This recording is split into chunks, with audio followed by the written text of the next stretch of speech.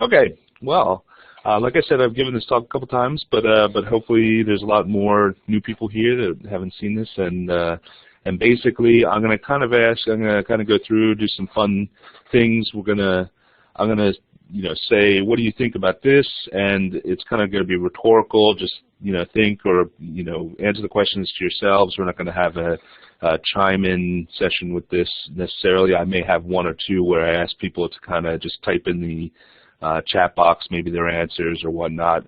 We'll get to some more interactive stuff later with Mike and I. But for now, let's start off with this slide. Okay. How many of you can tell the difference between a man and a macaque? Let's see. And again, just think to yourselves. This might be a hard one. Okay. So there's about 29 million years separation between us, and we're pretty good at telling the difference between a human and a monkey. Okay. Now, which one is a wasp and which one's a fly? So maybe you can type in the chat. So let's say, which one's a wasp? Okay, B is a wasp. A is a fly. A lot of people like B. Well, I have fooled you. They're both flies. Yeah, this is a type of hoverfly also, but it has very long antennae. It's even more wasp-like. But no, it only has 2 wings. So wasps have 4 wings. All right, how about this one? Wasp versus fly. Which one's the wasp? Wow, this one is I didn't put 2 flies on this one. This is actually a fly and a wasp. Here's a yellow jacket, and there's actually another type of hoverfly. This is a very tricky one because again it has long antennae. But the thing here is to note that there's 366 million years of separation between these two, and yet we have trouble telling between them. Whereas a man and a monkey, it's very easy. So basically, humans are generally bad at telling the difference between a lot of organisms. Many are intentionally confusing, i.e. mimics. Some have converged on similar look due to similar adaptation to similar lifestyles. And some actually do share a common ancestor but do different things.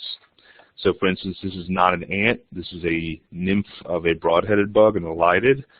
Which resembles, obviously, an ant. There's a lot of insects and spiders that resemble ants because ants are generally noxious. They travel in groups. They're not something to really be messed with. And so they want to look like an ant, even though this bug is basically harmless, a plant feeder and whatnot. So some general tips. First, to start off, take the time to analyze the specimen. It's not a race. So don't, go with your gut right away. Maybe look at it a little bit closer. Look at each body part individually, not what we call the gestalt, which is kind of the way I identify things, but that comes with a lot of experience. And basically, you don't want to look at just what the thing kind of looks like. You want to look at each body part that are going to help you identify that specimen between what its lookalikes are. Definitely trust the traits. The host can often be useful. And colors and patterns can be misleading, as we saw. Many colors and patterns are converged on because they're either warning colors or the camouflage or something like that. And right here is actually one of my favorite, and the entomologist's favorite group of insects, the mantispids, the mantid flies, which are actually neuropteran related to green lacewings and brown lacewings, but obviously look like little mantids. You can tell the difference because their legs are connected right at the tip of their thorax, right under their head. And they also have this very fine network of veins. They're also much smaller than most praying mantises you'd find around here. Okay. So, some caterpillars in quotes. Okay, caterpillar versus sawfly. Just think about it. Think about what you're seeing here. Now, there's some behaviors that may be similar or different between the two. There are colors and whatnot. But basically, the best way to tell a caterpillar from a sawfly is that caterpillars have 5 or fewer pairs of prolegs. I should say pairs here. Usually almost always with crochets. These little tiny hooks look like crochet hooks on their prolegs. Sawflies will have 6 or more pairs of prolegs, and they're just going to be fleshy without hooks. Also, if you look on the head, sawflies are going to have a single stema, which is the singular for stomata, which are the simple eyes of larval insects. So it just has one lens, whereas in butterflies and moths, they're going to have a little crescent of about 6 lenses. Also, typically, sawflies are not very hairy, as in hairs on them. They may have little fleshy projections or kind of look like that, but caterpillars often have these seedy all over their bodies in specific patterns, and that's actually how we identify them typically. So the answer is this one's the sawfly. You can see 1, 2, 3, 4, 5, 6, 7, 8 pairs of prolegs, and on this caterpillar, it only has 1, 2, 3, 4, 5 pairs of prolegs. Again, and you can actually see the single stema right here, the single lens on the eye of the sawfly. Okay, but both will be generally feeding on plants, and so they can be confused. And sawflies are sometimes thought of as be the ones that arch up and spit out nasty fluids, but this is a Azalea prominent, which will do the same thing. So you can't just go with that. Okay, now a specific one that people get confused, and they may be out there, are the tobacco budworms versus corn earworms. They are 2 different genera, 2 different species, obviously. They have very similar color morphs and ranging colors, so color isn't the best key character. But I'm just going to have you observe the next couple slides and see if you can tell the difference. So here's a up close of what one of the body segments looks like. Here's the spiracle on each. These are called pinaculi, which are where the seedy come from. And just, again, the color isn't a big deal or the patterns, but notice something different between the two. And I'll let you know what that is in a moment. Now, the next will be a picture of their mandibles, and this is actually another key character. One of them has a structure, one of them doesn't. You can probably tell when you're looking at these 2 photos. And so basically... Can I just say these are amazing photos? Oh, thanks. Yeah, these specific ones I took for a lab that works with these 2, and they wanted to kind of be able to show better how to identify these. And so this is what I've actually had to do this before, where it was actually in peanut fields. They wanted to know the percentage of each different species, and so you have to get these caterpillars and actually look at them up close. And so what you see when you see the differences is the corn earworm, Helicoverpazea, there's no tooth on the inside where you have this tooth on the tobacco budworm, Helianthus virescens. Sometimes the tooth is gone, there's a little stump, but basically you can see this large, broad tooth on the inside of the mandible here and not here. And then on the tobacco budworm, the pinaculi, these little warts with the hairs, have spines all the way up it, whereas they're very smooth on the corn earworm. So if you're not sure, now of course there are lots of different caterpillars out there. Not every caterpillar is going to be a corn earworm or tobacco budworm. But if you're pretty sure you have one or the other, these are 2 characteristics that can help you tell the difference. Okay, what about this one? What kind of caterpillar is this? Well, this is a really interesting one. This is one I wasn't familiar with until recently, fairly recently. But this is actually an alfalfa weevil larva. So it's not even a sawfly, it's not a caterpillar, it's actually a beetle larva. And you can see how it converges on a similar look to caterpillars, and you might be confused. Now on alfalfa, if you see this type of organism, then you're pretty sure that's what it is. And actually there are many other weevils or beetles that look a lot like this. But if you look closer again, there's going to be, on weevils especially, weevils never have true thoracic legs. So actually if we go back real quick to these other caterpillars, so they have these, real caterpillars and sawflies have these nice jointed legs on their thorax. Those are true legs. But if we go back to the weevil, no true jointed legs on the thorax, and also no fleshy prolegs, although they may have little pads there to help them stay on their plant. Of course, all of these groups will have a nice distinct head capsule right here, very distinct, which brings me to the next thing. So, Matt, can I just interject for a second that even though you might not be able to key this out yourself, watching this was really helping me think about what kind of pictures do I need to take so that Matt will be able to identify it. So be thinking about that as well. Yeah, so it's good if you have an organism. Sometimes not the top view is not always the only view you need. Maybe a bottom view would be helpful because the belly, showing different legs and different distributions could be really important. So this one is another caterpillar-like creature, except it's not a beetle, it's not a sawfly, it's not a caterpillar. This is actually a hoverfly larva, and it goes one step further than the weevil larva. It has no prolegs, it has no true thoracic legs. No flies ever have true thoracic legs as larvae. The maggot form is really very important, or very indicative of flies, but also some have maybe fleshy prolegs, but they never have the true jointed legs on their thorax. But in the higher flies, like hoverflies and other maggots, they also lack a complete head capsule. So basically they just have these mouth hooks in the front of this fleshy, pointed tip of the body. And just some other types of maggots that you might find on plants. Here's that hoverfly larva again. Those are very beneficial. They're predators of aphids. Here are two types of gall midge larvae. They're often orange or reddish in color. Again, no legs, no head, and they basically suck these aphids dry. And the hoverfly, when it pupates, it becomes this little teardrop-shaped organism. And so if you see these on plants, keep these. These are beneficial as they will feed on soft-bodied pests. Okay, other worms, in quotes. Okay. All right, anybody see any true worms here? Now, it's funny because a lot of things are called worms. So, for example, corn rootworm, which we'll actually get to a little bit later, that's the larva of a beetle. And just because it's long and thin, people call it a worm, even though it's not. So none of these are true worms, what we call a true worm. So we've got a dark-winged fungus gnat larva and a typical maggot. So here's a fly and here's a fly. Now dark-winged fungus gnat larvae will have a shiny black true head, unlike the higher flies with the real maggots that have just these bars within the front of the body. Now another fly larva that's found often around compost are these flattened black soldier fly larvae.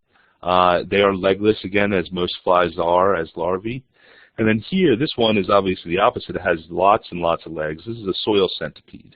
And so some of them are very worm-like. Now concerning true worms, we do have a few that commonly are found in gardens and soil. So earthworms, of course, most people know. But also we have planarians of various sorts, especially these exotic hammerhead worms. Long and ribbon-like. They are actually predators of other soft-bodied organisms like worms and slugs and such. They are going to be unsegmented except for the annulation. So earthworms will have these little annular rings, but they'll have many, many of them, and otherwise the body is not divided up into segments. They never have legs or even fleshy leg-like structures on land. There are actually some oceanic worms that have false legs all over their body. But on a terrestrial habitat, they're not going to have any legs. Never with eyes, although there are little eye spots sometimes on some of the planarians. And most are moist or slimy, which maggots can be slimy, but that's usually because of what substrate they're in. On their own, they're fairly dry. Okay, so that's just some worm-like critters that are out there. Next, just going over a couple beetles that might be confusing. Okay, first, just think to yourself, what is this? Okay. Then, what is this? One of my favorites because it's got beautiful blue eyes. Okay, what is this? All right. So, okay, so we got a lady beetle on that one. Okay, well, actually, the first one is a leaf beetle, a chrysomelid, but the other two are ladybugs, or lady beetle, and those are both in the family Coccinellidae. So, Coccinellidae, the ladybugs, aren't all just typical orange or red with black spots. They come in a lot of different color forms. Some have no spots, no patterns at all. I'll show you in a moment. They're very, very diverse. Some are fuzzy, some are shiny, some are black with red spots. And not all the species that are black with red spots are even in the same closely related ladybugs.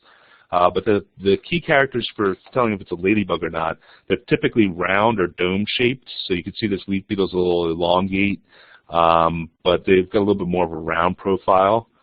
Is the leaf beetle in the same genus as the potato beetle? No. This is actually a Chrysomela, which is the type genus of the chrysomelids. I'll show you some other leaf beetles in a moment, though. But ladybugs, typically round and dome-shaped. Ladybugs have short, clubbed antennae. You can see how short the antennae are here on these ladybugs, whereas on the leaf beetles they're much longer and not as club-shaped. So the ladybugs will have a very distinct club at the end. Also, ladybugs have 3-3-3 tarsal formula, whereas leaf beetles will have 4-4-4. Now, what that means is that if you were to count the little segments in the feet, the ladybugs will have you'll be able to count 3 segments in each foot or tarsus, whereas leaf beetle is going to have 4-4-4. Now, it's tricky, and entomologists will know that actually leaf beetles really have 5, and there's just 1 hidden, and ladybugs really have 4, there's just 1 hidden, but we're not going to go into that. You have a question in the box. Yes. In the chat box. Yes, my porch is full of coccinellas. It's unusual. What are they doing? So this is probably they're all waking up from the winter. Ladybugs overwinter as adults, and they often invade homes or home structures. And at this time of year, once it starts to warm up, they're going to be waking up and leaving to go out and find kind of what they want. So in the fall and the spring are the times you're going to see a lot of activity of ladybugs around the home. And if they're becoming a nuisance, definitely let us know. We can suggest some options. But usually it's something like vacuuming them up or things like that, not really spraying for them. But anyway, yeah, you'll be seeing a lot of ladybugs at this time of year starting to wake up and kind of come out of hibernation. Now, included in ladybugs, this is actually also a ladybug. Completely black, very tiny. This is actually, you can see a mite back here. These are actually very tiny predators of scales called microwesia. They're about 1 millimeter long. So ladybugs come in all types of shapes and sizes and forms. So don't be tricked. Again, you can see the clubbed antennae here, and when it was walking around, you can tell it's dome-shaped. Now, there are also good ladybugs and bad ladybugs. This is actually, bringing up that point about the ladybugs all around. So bad ladybugs, real bad ladybugs, well, in the garden environment, are going to be in the genus Epilachna. There are 2 species that we have that are plant feeders. So here's the squash beetle. The larvae have these really large spiny projections all over the body. They're going to be obviously feeding on the plant, but they're not a leaf beetle. They are actually a ladybug. You can see the little clubbed antennae. We also have the Mexican bean beetle. It looks almost identical. It just doesn't have spots on its thorax and has much smaller spots on the body. Now, we have other ladybugs that are beneficial typically because they feed on soft-bodied insect pests. But in the question mark here, good, because they invade homes sometimes. They're even known to bite people. I've been bitten by a multicolored Asian ladybug before in the neck, and it hurt. They can be a pest, a nuisance pest, but in the garden they're typically beneficials, and so we like to have ladybugs around typically. Now, again, getting back to the Colorado potato beetle and other leaf beetles, so leaf beetles are an extremely diverse group of beetles. And so many of them may look like ladybugs, but some of them look like caterpillar frass or poop. This one, when it tucks its legs in, it looks like a little dropping from a caterpillar. Some have larvae that mine leaves. Others are very famous pests like red-headed flea beetle and the imported willow leaf beetle, and of course the Colorado potato beetle right there. You can see how it's dome-shaped and rounded like a ladybug, but if you count the tarsal segments and look at the antennae, you can tell it's not a ladybug. Now, a quick matching game. This one you can chime in. Okay. And this one is not what looks similar, but, oh, sorry, I forgot there's one slide in between. So again, just the chrysomelids, the leaf beetles will usually have round eyes, lack a snout, and this is going to differentiate them from weevils. They often have moderately long antennae without a distinct club. That's going to distinguish them from longhorn beetles and ladybugs. And again, the 4-4-4 tarsal formula, you can see the 1, 2, 3, 4 segments. Okay, so here's a matching game. Match the larva with the adult. So you can see the forms of the adults are actually very diverse, but also the larvae can be very diverse. So B to C. Okay, let's see. So guesses? This is a fun one. So also, leaf beetles, even though the adults are typically on vegetation, the larvae can either be on vegetation or in the soil. And so the different lifestyles actually dictate what they're going to look like. Okay, so B3, A2, C1. Okay. All right. Well, hopefully you're tallying at home or whatever. But here's the answers. So, 1, this is a Colorado potato beetle larva. They're on the foliage. They're bright orange red. The eggs can be found in the foliage as well. 2 is actually the red-headed flea beetle larva. Now, most flea beetle larvae and other close relatives are typically called rootworms, or they're found in the soil, and they're these elongate larvae. So the red-headed flea beetle larvae are found in the soil, typically aren't a pest, but the adults are more of a pest. And then lastly, imported willow leaf beetles, both as adults and larvae, live on the leaves of the willow and feed on it in different ways, either munching big sections out or skeletonizing it. Okay. And of course, these kind of look like caterpillars too. So again, you got to look for prolegs with crochets and whatnot to tell beetle larvae sometimes from caterpillars. Okay, now 3 superficially similar-looking leaf beetles. These are all can be pests of plants in your garden. If you recognize these, you know, think about which ones you don't. And basically, you've got some spotted ones, some striped ones, different colors. And what we have here are the striped cucumber beetle, the bean leaf beetle, and the spotted cucumber beetle. All 3 of them are in different genera. The striped cucumber beetle and the spotted cucumber beetle are obviously associated with cucurbits. The striped cucumber beetle has obviously stripes and a rough pattern on the elytra, whereas the spotted cucumber beetle is very smooth and spotted, although there are striped members of this genus. The striped cucumber beetle is one that transmits bacterial wilt or the bacteria that cause bacterial wilt in cucurbits. Now, if you have what you think is a spotted cucumber beetle but on beans, that's likely then the bean leaf beetle, which comes in various color forms, including this tan to reddish forms to really bright red. They seem to have more of a snout and smaller eyes than the spotted cucumber beetles. And again, none of these are ladybugs. And so sometimes people may say, oh, I got this green ladybug with these black spots all over it. Well, that is very likely, oh, I see it says spotted cucumber beetle. Oh, there's a misspelling. But anyway, it's likely the spotted cucumber beetle. Okay, now moving on to a few flies. Okay, mosquito versus midge versus crane fly. So these are all kind of fragile-looking fly-like insects. They are true flies, though, all 3 of them. Oftentimes attracted to lights or attracted to people. Sometimes swarming. Hopefully the mosquitoes aren't swarming, but I'm afraid that's going to happen. So here we go. So midges are typically have very fuzzy antennae, but so do male mosquitoes. But they don't have long mouth parts, and they typically at rest hold their front legs outstretched in front of them. They're very common at lights, and they can have huge population booms from local ponds and lakes where they breed.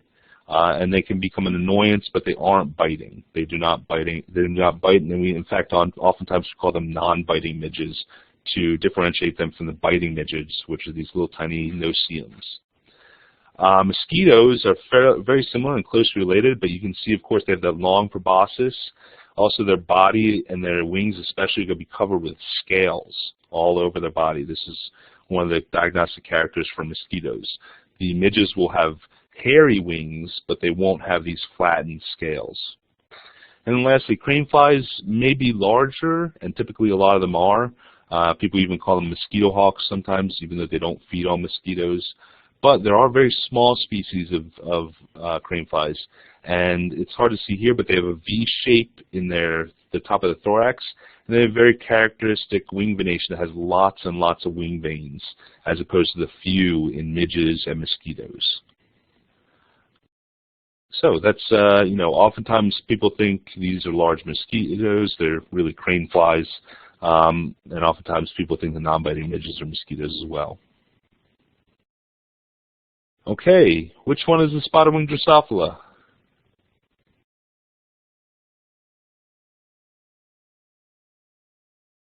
Okay, left. Okay, we have people thinking it's left. Well, this is another trick. They're both spotted-winged Drosophila. One is just the female. So the name spotted-winged Drosophila comes from the males, which have these very large spots. Now, there are some other Drosophilids out there that have smaller spot on their wings or in multiple spots. This is the only species that has kind of a typical fruit fly look with the red eyes and the brown body with a very large spot near the apical tip of the wing. Females look like a typical Drosophilid or vinegar fruit fly that would be in your home, except for if you look very closely at their ovipositor, they have a very sharp saw-like ovipositor right at the tip of the abdomen that other Drosophilids won't have, local Drosophilids won't have, with these many long teeth. And those are used to cut into the fresh fruit. Most other Drosophilids feed on decaying, rotting material. This is actually why us dipterists and people that study flies call them vinegar flies rather than true fruit flies, which are typically the family Tephrididae, because they feed on kind of fruit that's been picked, is ripening, and they feed on, as larvae, the yeasts and the bacteria that are feeding on those dead fruit and decaying vegetable matter. True fruit flies attack fresh fruit on the trees. They're, like I said, a different family, the Tephrididae, and so we try and distinguish them a little bit. But the spotted-winged Drosophila is such a pest because it is one of the few vinegar flies that will attack fresh fruit and infest those fresh fruit. Okay. All right. So now some true bugs. Okay. All right. How many beetles and how many bugs are here?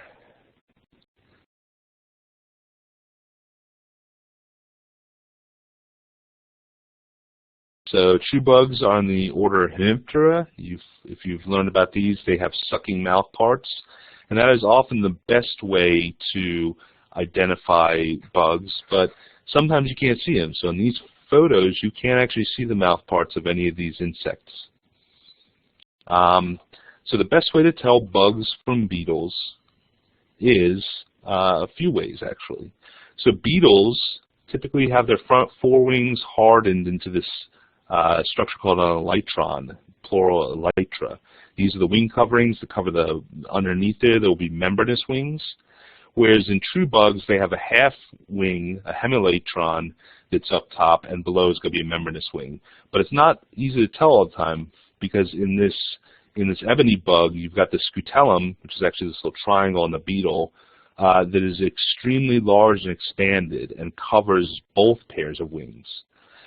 So to tell the difference is that in the beetle, these two elytra meet down the midline, and you can usually see at least some remnant, if not a full suture and seal there, whereas in the true bugs, they're not going to have that because that's the scutellum, not the wings. Also, some easy ways that most people don't think of are that bugs, true bugs, very rarely, except for, say, aphids, which have 6 segments, very rarely have more than 5 segments in their antennae, whereas beetles typically will very rarely have 5 or fewer segments. They almost always have 9 to 11 segments in their antennae. Also, they're very simple segments. They're very rarely modified, the antennae. And also the tarsi, the number of segments in the feet of bugs, are 3 or fewer, whereas beetles are typically going to be 5. Insects never have more than 5 segments in their feet. But most beetles have 5 segments, some 4 like we saw before in the ladybugs and whatnot. So these are some tricks, and of course the sucking mouth parts in the bugs. These are the tricks for identifying bugs from beetles. And you can see that here. Last year I talked about flea hoppers, and here's a flea beetle. So flea beetles are a true beetle, and flea hoppers are bugs, true bugs. And you can see even though they have long antennae, the antennae are only made up of 1, 2, 3, 4, and probably 5 segments, 4 or 5 segments, whereas the beetle antennae are made up of many smaller segments.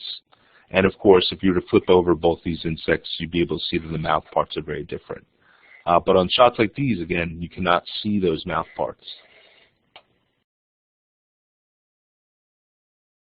Okay, now moving on to some within the bugs. So stink bugs, friend or foe, which ones are good and which ones are bad? And by bad, I mean feeding on plants or pests. Which ones are good because they are not plant feeders. There are actually a whole group. There's actually a whole group of stink bugs that are predatory stink bugs. All bad? Nope. I wouldn't say so. And of course, pests and beneficial are in the eye of the beholder. But we've got brown stink bugs and green stink bugs that feed on plants. And this is the spine soldier bug, which is a famous biocontrol agent, feeds on caterpillars and grasshoppers and things like that. And then the Florida predatory stink bug, which is this beautiful cobalt blue and orange or red stink bug, very distinct. Again, not a plant feeder, but feeds on other insects. So how do you tell this, though? Well, the best way is to flip them over and take a look. And unless you know the species, this may be a good trick for identifying. Basically, the predatory stink bugs have a very thick sword-like beak that starts at the top or the tip of their mouth and or of their head. And what this allows them to do is swing out that beak in front of them forward and jab their prey. With plant-feeding stink bugs, the beak starts in the middle of the bottom of the head and is very thin and needle-like. It's a little bit thicker in this specimen right here, but it can be very needle-like, and those are used to pierce plant parts. So again, if you're unsure, you may be able to just flip over the bug and see. If it's a predatory one, you may want to keep it there and let it feed on insects that are around your plant. Okay, which one is the brown marmorated stink bug? The stink bugs have a habit of being brown. You can see why with this individual here resting on some bark, blending in very well.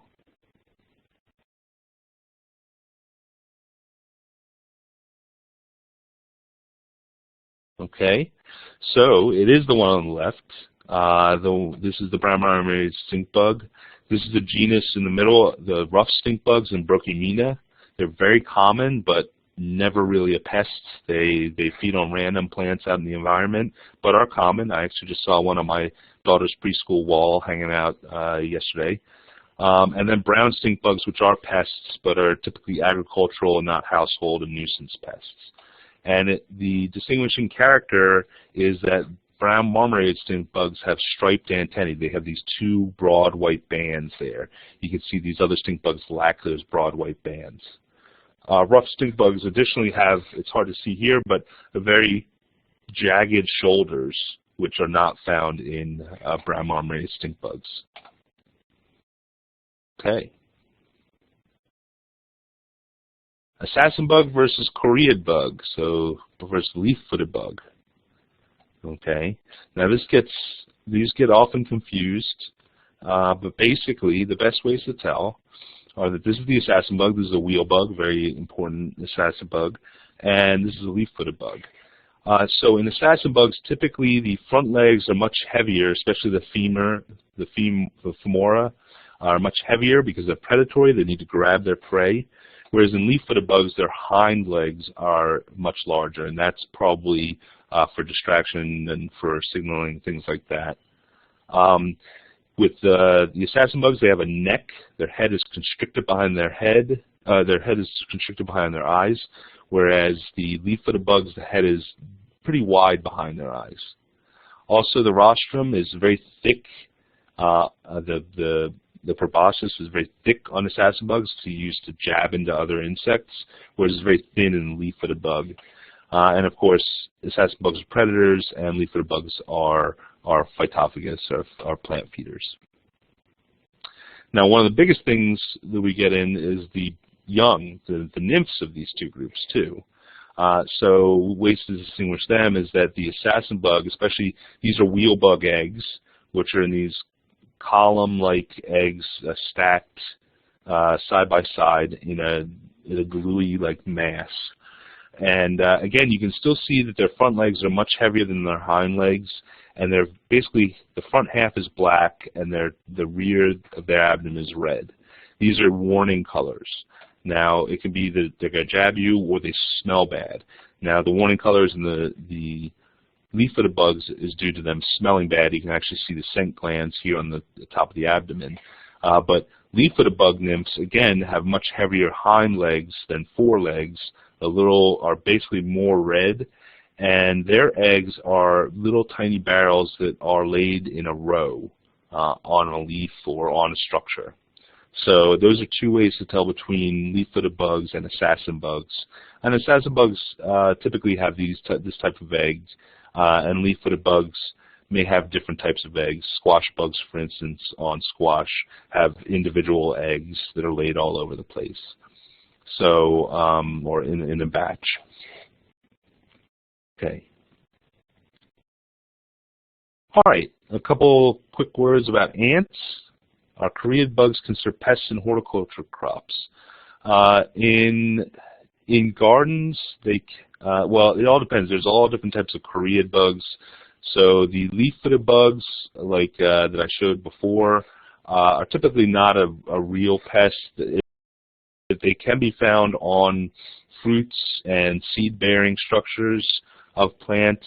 Unless you're trying to propagate the seeds or things like that, they're not an issue. On the fruits, they can sometimes cause damage, but basically there's usually not a high enough population for them to cause severe damage, and they can be handled by hand, knocked into some soapy water or something like that. Now, squash bugs in particular are a really bad pest of squash and cucurbits because their saliva causes toxicity in the leaves and can cause plants to start to wilt and die in high abundance. So those should definitely be taken more seriously. Leaf-footed bugs like this is the genus Leptoglossus. They can be found on seed-bearing structures, but they're really not an issue. They can sometimes become a nuisance in the winter, as with the ladybugs and stink bugs and things like that. But really, they're not as much of an issue. Basically, keep an eye out on fruits and seed-bearing structures for these insects. If there's something precious to you, then just get rid of the bugs, and they're usually not in high enough populations to require chemical control. I think they were on my blueberry plants. They could be. They like to feed on a lot of different plants. And so, they're very sporadic. It's not something we can predict and say, oh, they're always going to be on this. Some are associated with magnolias, some are associated with conifers and pine seeds, but basically they typically don't do a lot of damage. Okay, good questions. Okay, ants. So we get a lot of submissions of these swarming type of insects, and people don't know whether they're ants or termites. I'll just tell you right now, ants are on the left, termites are on the right, but you can see they're dark-bodied insects that swarm in groups. They have these clear wings. So how do you actually tell them apart? So ants are going to have elbowed antennae. So they have this very long first segment and then lots of little segments after it. Termites are going to have straight antennae that are bead-like. Ants have a waist. They typically have a thin waist here. Whereas termites are much thicker waist. They're not really constricted between the abdomen and the thorax. Although I can be technical and say that technically part of the abdomen is on the back of the ant, but I'm not going to go into that. Worker ants are usually dark colored and usually have eyes.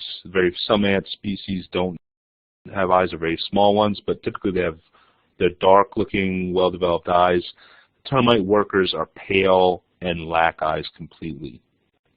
And also winged ants have unequal wings, so their forewings are much larger than their hind wings, and have very thick veins. Sometimes the wings are even smoky. Now there are termites that have smokier wings, but a lot of the common ones we have around here are very lacy wings, and the wings are exactly the same size, front and back. They also have very, very delicate wing venation. So those are the main characteristics for telling the difference between ants and termites. Okay, the last part, some bees and wasps. So there are lots of insects that try to mimic bees and wasps. Here you see a longhorn beetle. This is the locust borer, very common on goldenrod in the fall. Here's a hoverfly, very often mistaken, actually the most mistaken. In fact, so much so that there was a infamous book about bees, like a definitive book about bees, that on the cover was a fly because they misidentified it. And that happens so frequently, it's become kind of just a thing for fly researchers and people to kind of joke about. So here is a male peach tree borer, and a lot of the wood boring moths, especially the seeds, the clearwing moths, look like wasps because they're day flying, and so they want to look like a stinging insect. And here's actually a mantispid. So I showed you that green one earlier in the talk, but this one is actually, these actually parasitize the nests of social wasps and solitary wasps, and so they want to look like wasps. They even look like they have a folded wing like a paper wasp because of the darkened half of their wing. So again, lots of insects like to look like, or have evolved to look like stinging insects to gain protection. And obviously fools even humans. So flies versus wasps.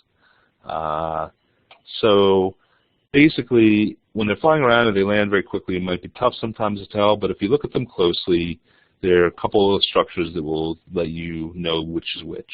So first of all, flies rarely have long antennae, although I did show you a couple hoverflies near the beginning that do. Count the segments, look closely, and see, because bees and wasps, this is actually a cuckoo bee, a parasitic bee, these bees have long antennae with many segments, and you rarely get flies that have lots and lots of segments that are long that mimic bees. Also, flies only have two pairs of wings, two true pairs of wings. The hind wings are reduced in these knob-like structures called halteres. Bees, if you were to have a specimen, or you see it, you can see both wings, you're going to see two pairs of wings. So, sorry, I said flies have two wings with halteres. Bees and wasps will have two pairs of wings, the forewings and the hind wings. It's a little tough to see sometimes.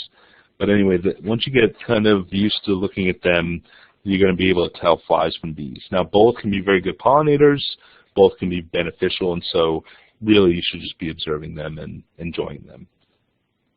Now, bees versus wasps. So like before, I showed this is a yellow jacket and this is a bee, but how would you tell the ones that kind of look like bees and the ones that kind of look like wasps? And technically, bees are just a group of highly specialized vegetarian wasps. They actually evolved from hunting wasps like mud daubers and such, but they have a unique type of body plan where their hairs are fuzzy, and this helps pollen stick to them. This is one of the reasons they're so successful at pollinating. So wasps and true wasps will have these very simple hairs typically, whereas bees have these very fuzzy, here's a SEM close-up of the fuzzy hairs all over their body. So if you're unsure, look very closely with a hand lens. If all of the hairs on the body are fuzzy, it's likely to be a bee than a typical wasp. That's not to say that wasps or bees are better than each other. They all do very interesting things. And With that, can you see this last slide? Everybody can see the last slide?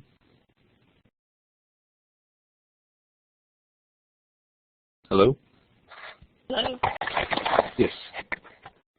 I see a red box around the slides. I'm not sure why right now. Oh, there we go. Okay. Yeah. And this, you can see the last slide? Yes. Okay, great. So I welcome any questions now before we move on to Mike and me also a little bit. Any questions for Matt? Oh, and is this what is this?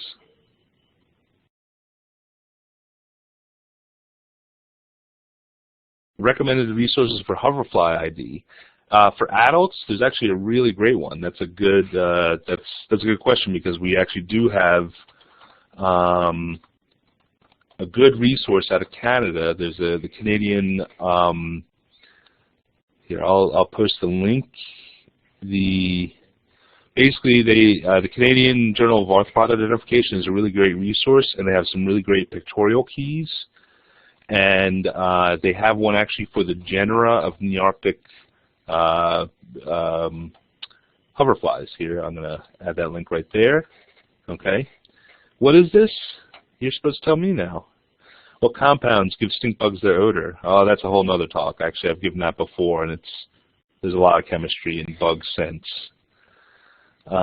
Is there a resource to help ID these critters? In general, there's a lot of resources, but they're all over the place. Arthropods are very, very diverse. In North Carolina alone, we have probably 15 to 20,000 species, maybe more, of arthropods. So really, if you're looking at a specific group of arthropods, then I can give you some ideas on what resources to look at, but otherwise it's really difficult. There's no one source for IDing all arthropods. It's just there's too many of them. And this thing, I'll answer that before we go, is a sawfly larva. This is actually, you can see, it's only got one lens right there. It's got 1, 2, 3, 4, 5, 6, 7 pairs of prolegs. So it is not a caterpillar. Now this is actually the pear slug sawfly. Typically you wouldn't see their head and legs because they've got it down munching the leaf surface, but this one sprung up a little bit to say hi to me. Okay, last question. Another question, are you involved in the honeybee research? And if so, what's latest on colony collapse? I think that's a question for our bee specialists, not myself, and we could probably do a whole talk on that, but I'm not an expert on honeybees or cultivating honeybees, and so that would be a question for David Tarpey, our honeybee specialist. Brown spot on the body, a structure or a parasite? This brown spot, yeah, I think it's just some discoloration. I don't think it's actually a parasite. I noticed that too in the photo, but I think it's just this specimen had some kind of weird thing there. Any other questions before we move on?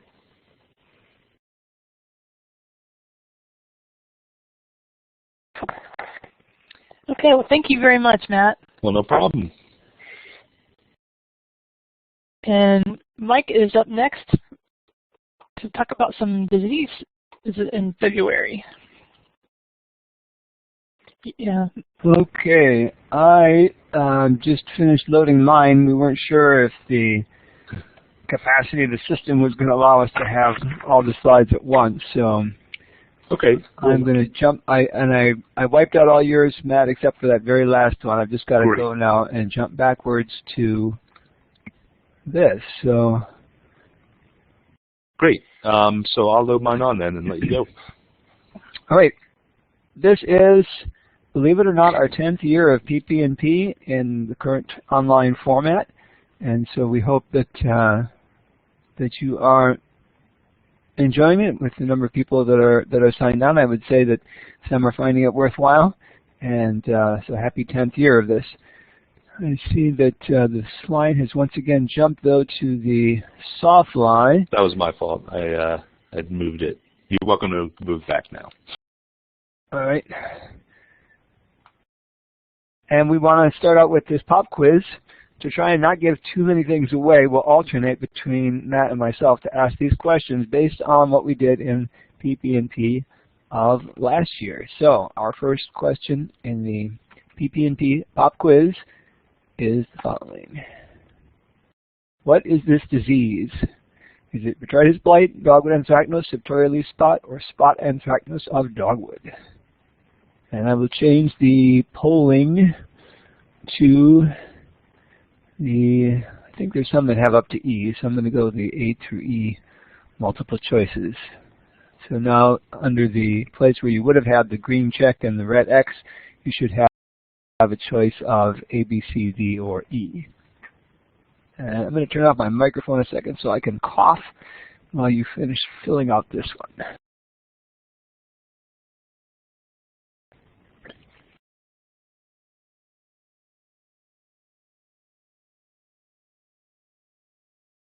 I see some folks are typing their responses into the chat box, but the question, Jan, how do you fill it out? What you do is, and I'll try and put the indicator here.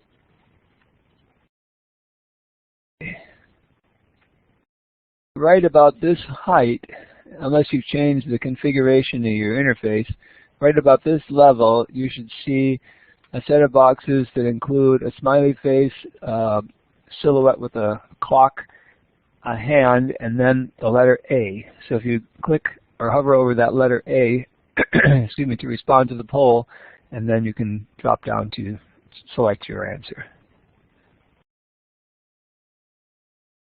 And I can, after an appropriate length of time has passed, I can publish the responses to the poll to the whiteboard here, and we'll see that of the 18 who responded, 12 said D and 2 said B, and the correct response is in fact D, spot anthracnose of dogwood. This is a very common disease on the bracts of our flowering dogwood in the springtime.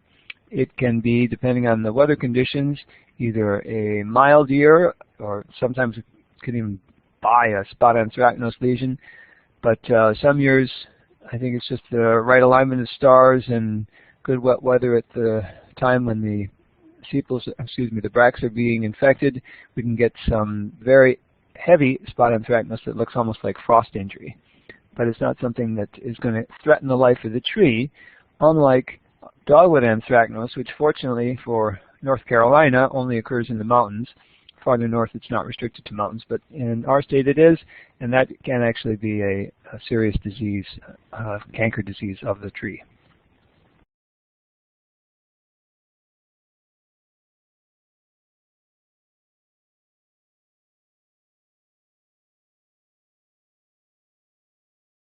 Well, that's a good question. I didn't know what the, I should have thought now in today's mobile world that you may be viewing this on a tablet or a phone, and the interface may be different.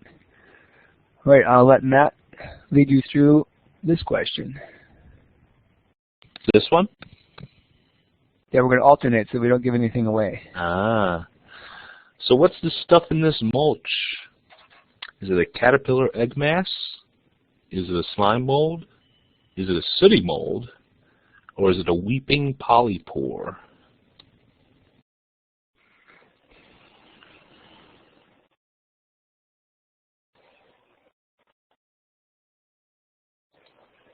No reason to let this one go any longer because folks are really on top of it. Everybody jumped on that one and correctly said that it is a slime mold. This is our dog vomit slime mold, Fuligo septica, which we only notice when it switches over to its reproductive phase and starts producing these bright yellow frothy masses that then dry to pink crust and have the spores inside that are released. So very good. Question 3. What is this insect commonly called? Is it an itch mite, an aphid, a springtail, or a flea hopper? And let me clear the poll here. Don't try anything yet. All right, proceed.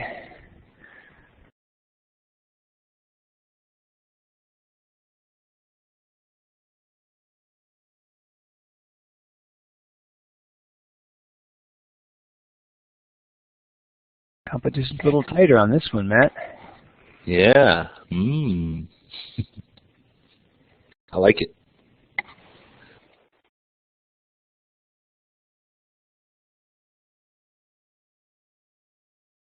All right. So 3, 2, 1. All right. Mike, you want to do the response? Let's see. Do the response. Let's see. So we got about an equal on C and D. Couple A, a couple 1B. Okay, so this is C, a springtail. This is actually a globular springtail. Some are segmented, but these little blobby-like ones are very common around lawns and soil. Very tiny insects, or actually some people consider them non-insect hexapods, or six-legged arthropods that are not true insects. Very common in soil, and we talked about them last March. Okay. So, the next one. What hit this poor camellia? Was this crown gall, Exobasidium leaf gall, midge gall, or wasp gall?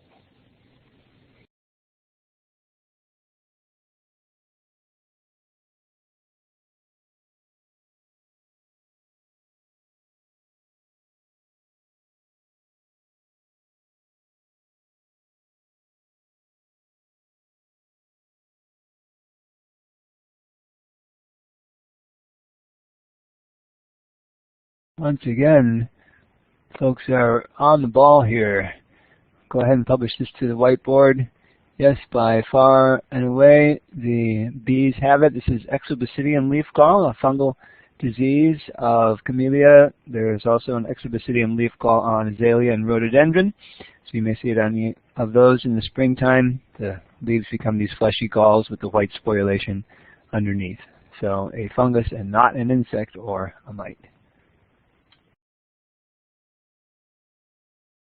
Basil. Is it basil or basil? Basil.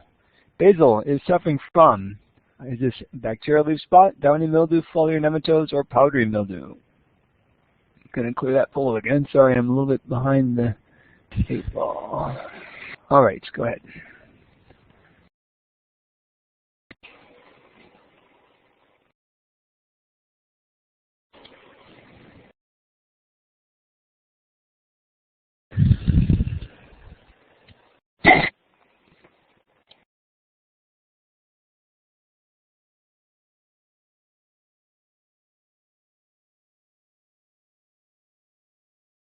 Ooh, this is a good one, Mike.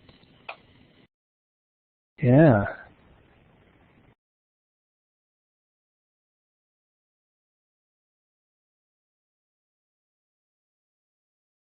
Give people another 10 seconds or so.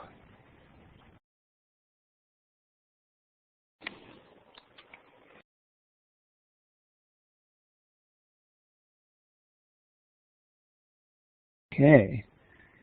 So it looks like the downy mildews had a last-minute strong run there and pulled ahead, and that is in fact correct. You, of course, might have been, the folks who said powdery mildew might have been thinking about the undersurface here that does appear to have some kind of sporulation, although it's kind of on the grayish-bluish side, which is more typical of the downy mildews.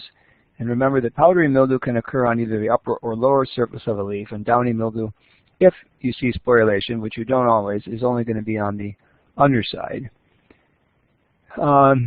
You'd also be forgiven for thinking that you might have a bacterial leaf spot or foliar nematode issue, because all those first three are problems that tend to have angular leaf spots. So if you notice, the spots here tend to be limited somewhat by the major veins. Not real distinct on this example, but those three, bacterial leaf spots, downy mildews, and foliar nematodes, account for most of the angular lesions that we would see on leaves.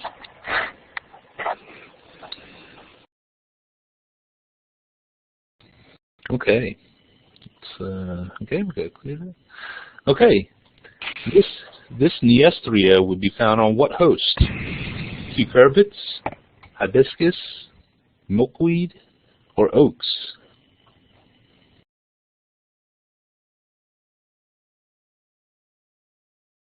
That name reminds me of the Dilbert cartoon about the new name for a brand, and then someone asked at the meeting if it wasn't invented by someone who was at the dentist's office. That's how most genus names sound, I guess. But yeah, this doesn't have a common name, unfortunately, really. So, okay.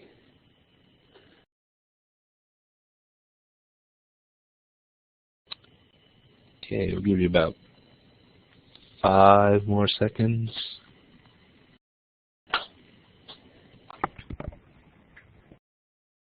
Okay. And I'm going to publish results, Mike. I'm not sure. I don't even know how. Absolutely.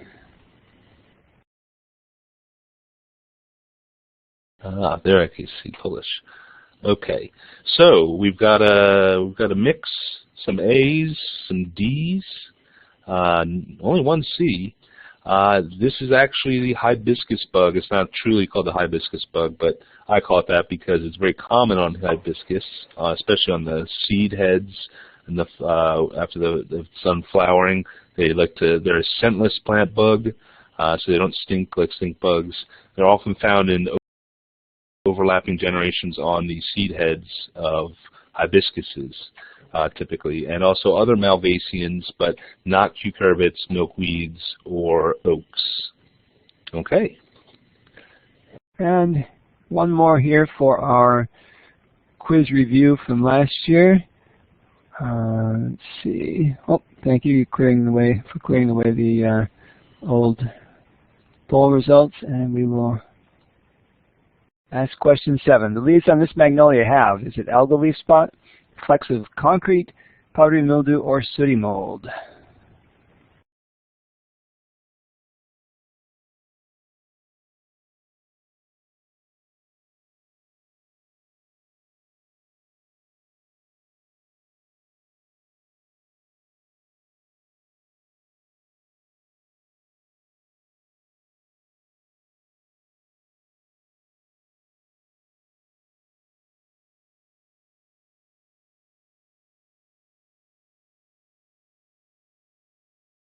All right, without further ado,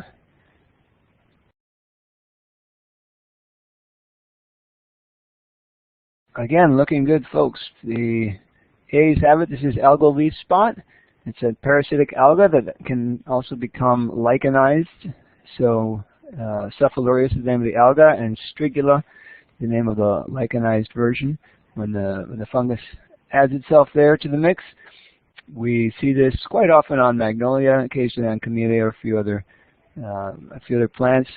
Hangs out in the shady portion of the crown. And sooty mold, just to comment, would be darker tones. The sooty molds that grow on insect droppings tend to be black or nearly black in most cases. All right. Well, it sounds like folks were paying attention last year, Matt. And so let us proceed. Yeah. Just a few things to talk about here in terms of diseases. One that came here to the clinic by way of Dr. Chuck Hodges, who some of you know, and he was out at the was it Fred Joyner Park, where they'll plant trees in memory of someone if you want, and he had a tree put in, or is going to, for in memory of his wife. And while he was there, he noticed that one of the camellias had these very bright, distinct ring spots on them. Does anybody know what this is?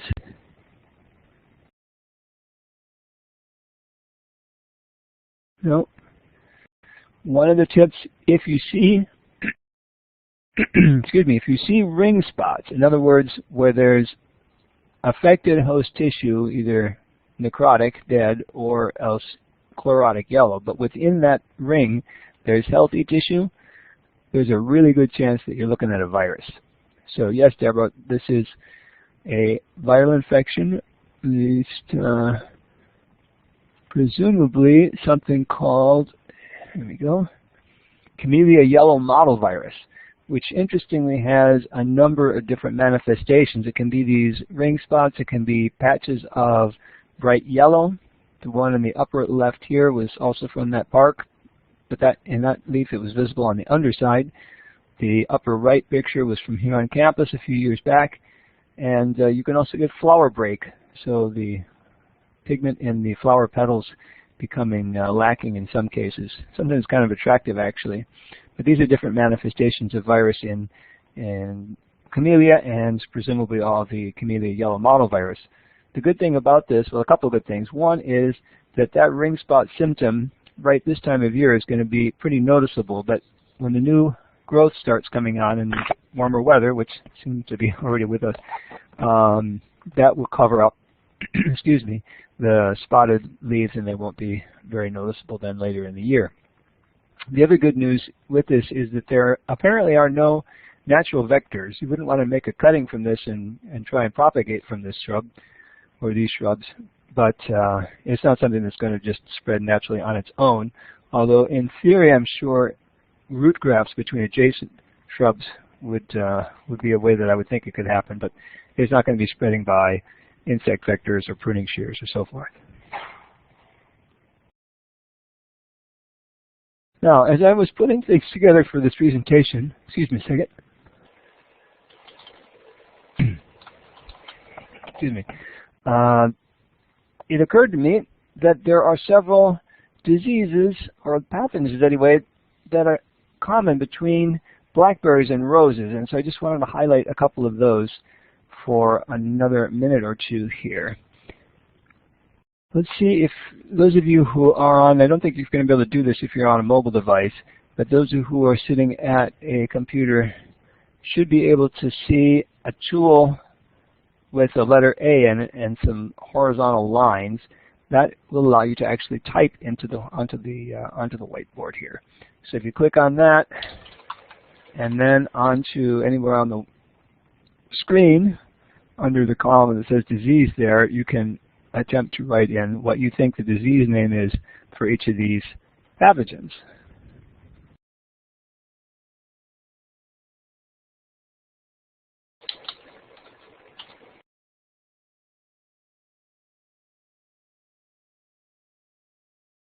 Something flashed there. Someone may have made an attempt.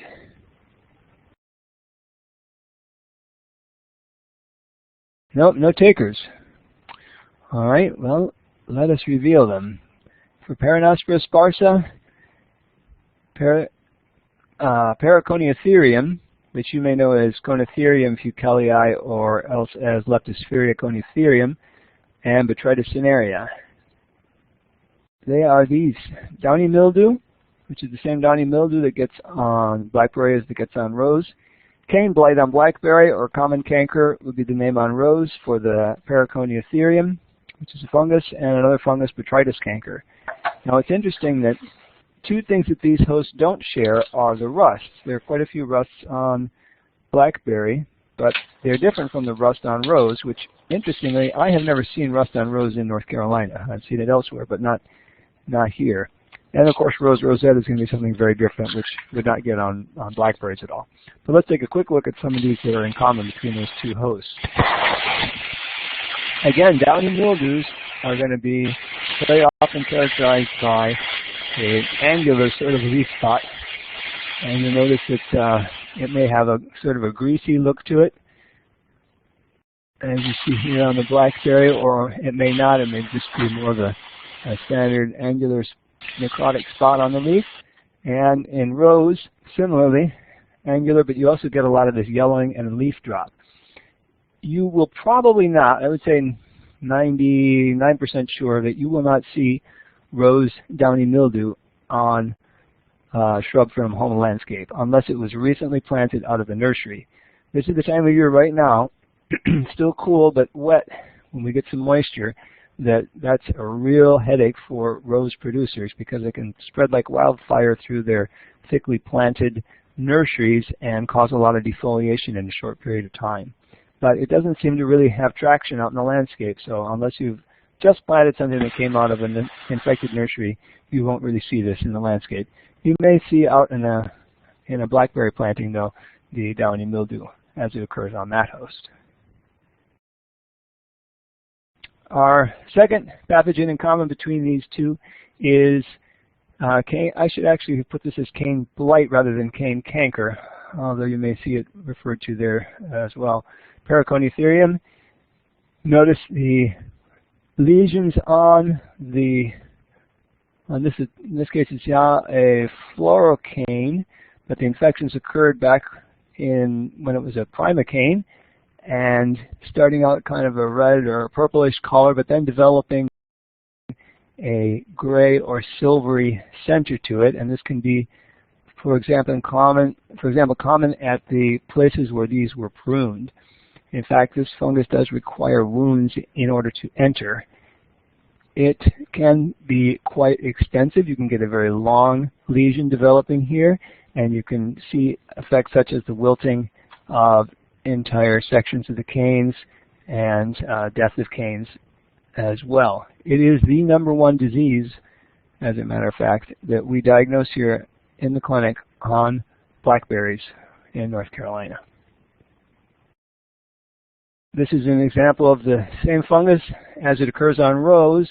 You can ignore the little fuzziness here. This is because it was kept in a moist chamber under high humidity trying to get the fungus to sporulate. But again, notice the dark coloring, but a lighter tan center.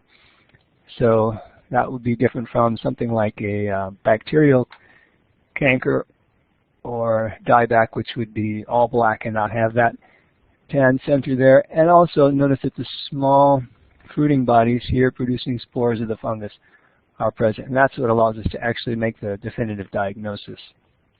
You don't see this that often on roses, but it can occur, and again, the name is common canker, so it's been around for a long time.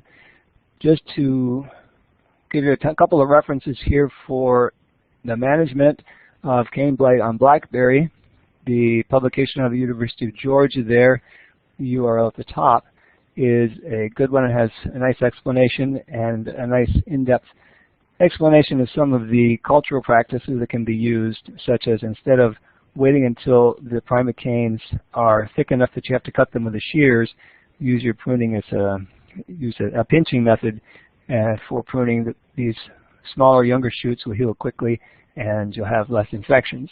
Also, of course, keeping the old fluorocanes cleaned up because that's where the fungus is overwintering. So check out that publication there, and it kind of skirts the issue of fungicides a little bit, saying to see your county extension agent, which I suggest a reference at the bottom here on the cane fruit spray guide. The problem with that is you'll notice that the products are mostly geared toward commercial producers, and as far as this particular disease, the only two that I saw on the list that I know might be available to homeowners would be Arthropods and Captan, but you can check that spray guide out in reference to the spray program for cane fruits in general. So our third disease that we have in common between the blackberries and roses is botrytis canker. Now, what looks different about this one? Anybody want to venture a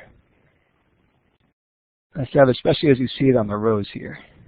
Different from the common canker or the cane blight?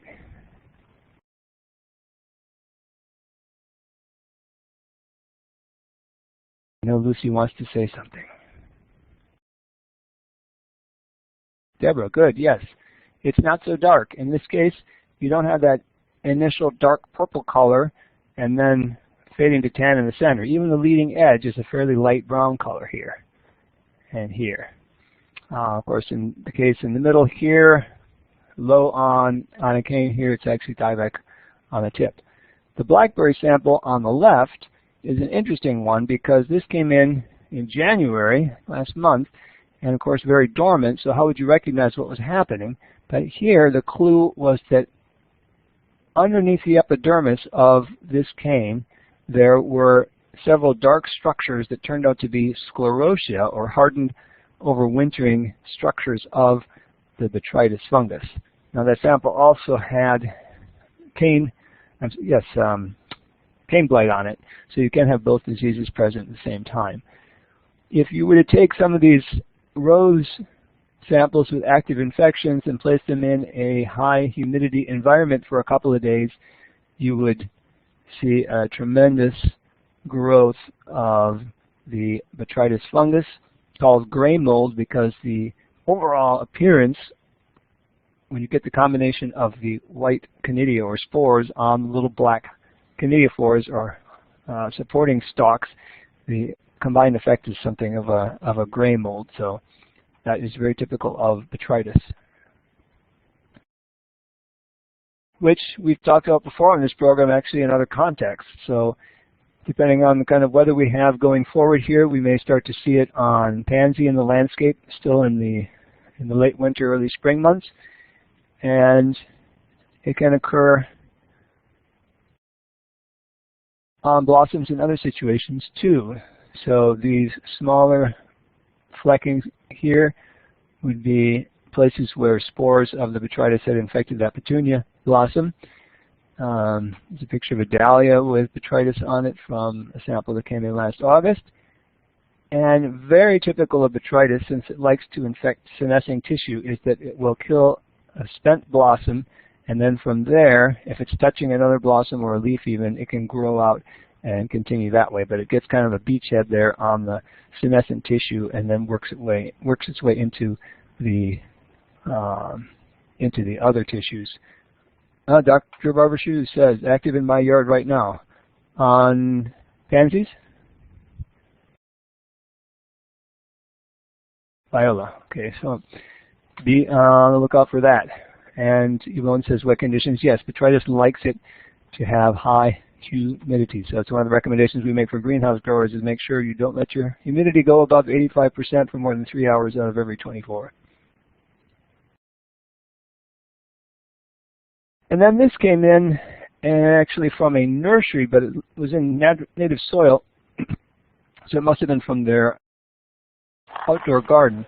But this is the first time I've seen this in North Carolina. We didn't send it off for any further testing to confirm this, but the symptoms are pretty diagnostic. And it has this evocative name of Black Death of Hellebore, suggesting that civilization as we know it is going to be coming to an end, and we'll wait and see. But I think it's probably safe to say that we aren't seeing a lot of this, since it is the first case I've seen it in North Carolina, even though it's been around or known for quite a while. The very key symptom that you can tell of this disease, which is caused by Helleborus necrosis virus, are these streaks on the sepals, as well as the black flecking and deformation of the leaves. So here's a picture of a couple of the flowers, and here is some of those the leaves on that same plant. And again, you can see the symptoms here: some deformation, some black flecking, possibly also, excuse me, you may see some pictures online with a very much more pronounced blackening of the main veins on the leaves as a symptom of this. Interestingly, this belongs to, we don't really talk very much on this program about families of viruses, but they are classified into families. This is a Carla virus and is presumably transmitted by an aphid, but there, as far as I know, have been no studies definitively showing the vector or what insect is transmitting. But it's presumably an aphid that feeds on the hellebore that can transmit this. And of course, anytime you do a vegetative propagation from a virus-infected plant, the progeny are going to be virus-infected also.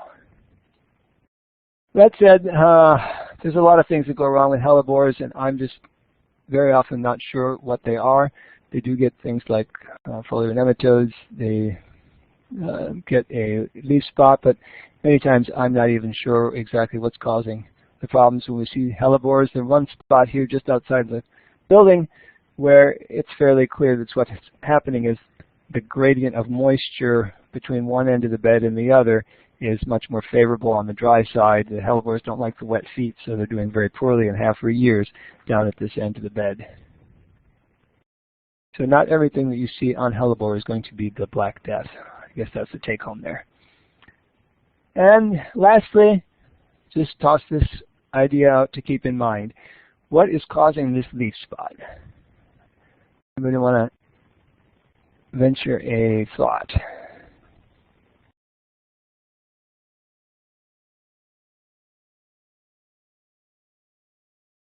Winter damage? Cold damage? Okay, those are good thoughts actually. The answer is fungus. Probably want to be more specific than that. The good thing about the first two responses there are that they're not pointing to it being a leaf infection. This actually is a holly that came from a nursery that had Phytophthora root rot. And I leave you with this thought just to remind everyone that very often the problems that we see on the foliage or on the flowers, on the stems, are the result of something happening down at the base of the stem or in the root system. So always look there as well. Here you'll notice that these spots they tend to be very large.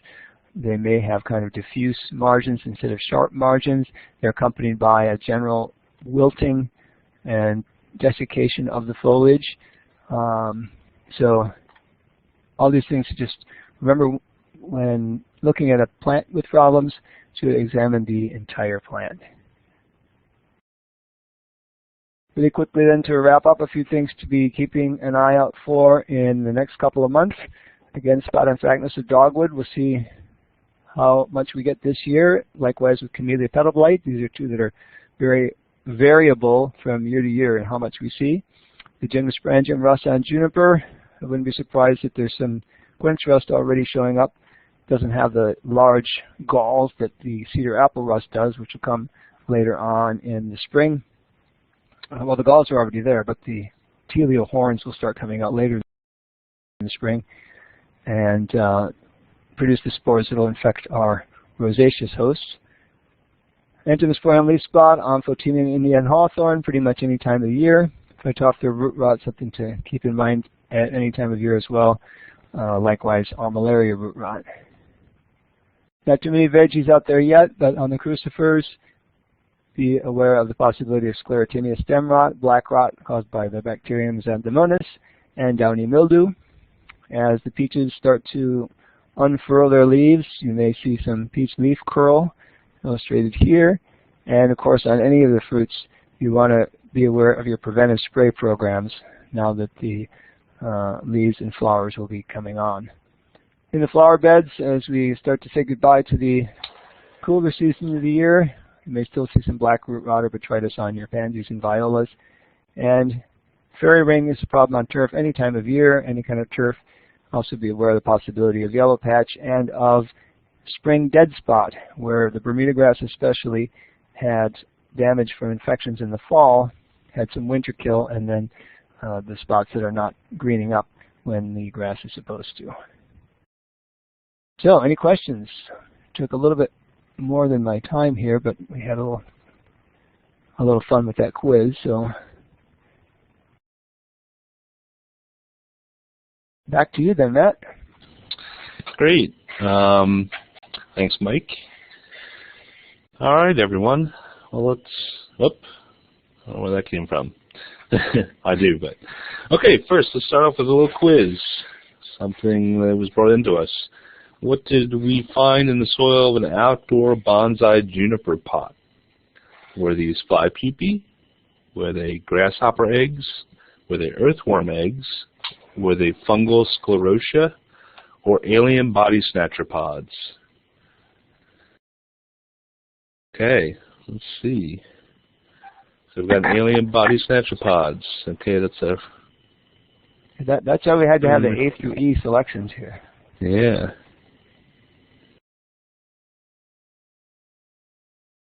Is that a question from Jan Mills? Oh, just raising your hand, saying you're excited to answer this. Okay. All right, we got some very interesting answers. Let's see, nobody thinks they're earthworm eggs. Okay, we'll give it another 5 seconds.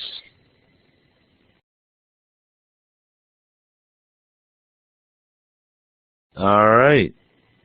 Thank you, Mike. All right, we got a lot of A's, fly pupae, got some B's, a couple D's, and a couple E's, 2 E's. 2 people, I think, are satisfied with alien body snatcher pods. Well, this is an interesting one brought to the door from a person in our department. And actually, at first I thought they might be A, looking with my eyes from far away. But when I looked up close, I noticed and compared them with some other things that these are actually grasshopper eggs, which I've rarely seen. This is the first time I've ever seen actual grasshopper eggs. But the clues were that the person who brought them to me was actually a scientist who dissected one, and it was clearly a grasshopper nymph. But what I've found from looking at other photos of grasshopper eggs is, first of all, grasshoppers typically lay their eggs in soil. And if you look up close, like a lot of other orthopteran eggs, catids, grasshoppers, such, they have this kind of rough reticulate, wrong thing I'm using now, rough reticulate texture on them. And also, if you dig them up out of the soil, there are going to be a lot of them kind of laying together in this kind of weird spongy matrix. So those are characteristics of grasshopper eggs. Okay. Next, we have another little quiz. Okay, so we had somebody submit a couple dogwood trees that were dying. They were small saplings in pots, and Mike worked up the whole disease issue. But while looking at it, I found some scale insects. So how many scale insects are there on this section of dogwood branch?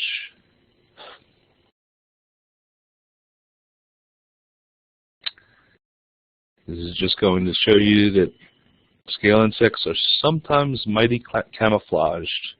And actually many types of scale insects grow under the bark of plants.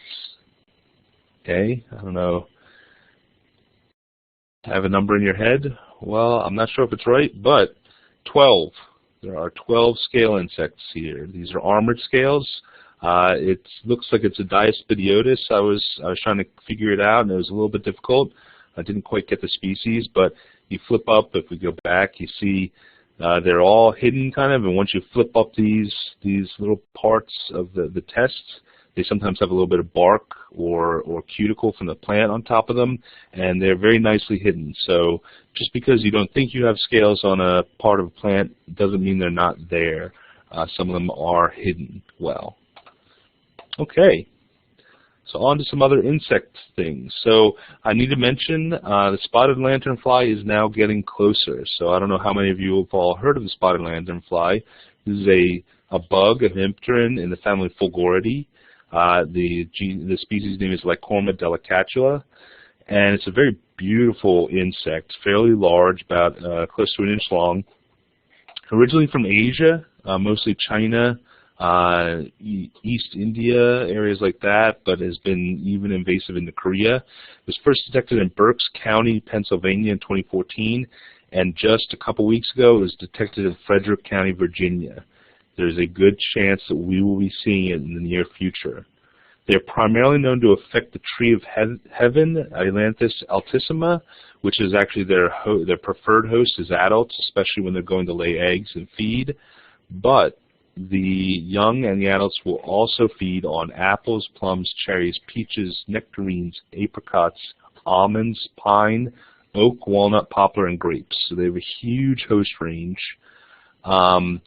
And basically, this is what the adult looks like. Very beautiful insect. Entomologists are bad because we get excited about it, even if they're invasive pests, when they're really beautiful. So, but the young are very pretty too. So if you see these very highly spotted, they look strange. They don't have wings, of course, because they're young. They're these almost domino-looking when they're young, black with white spots, and they get redder as they get older.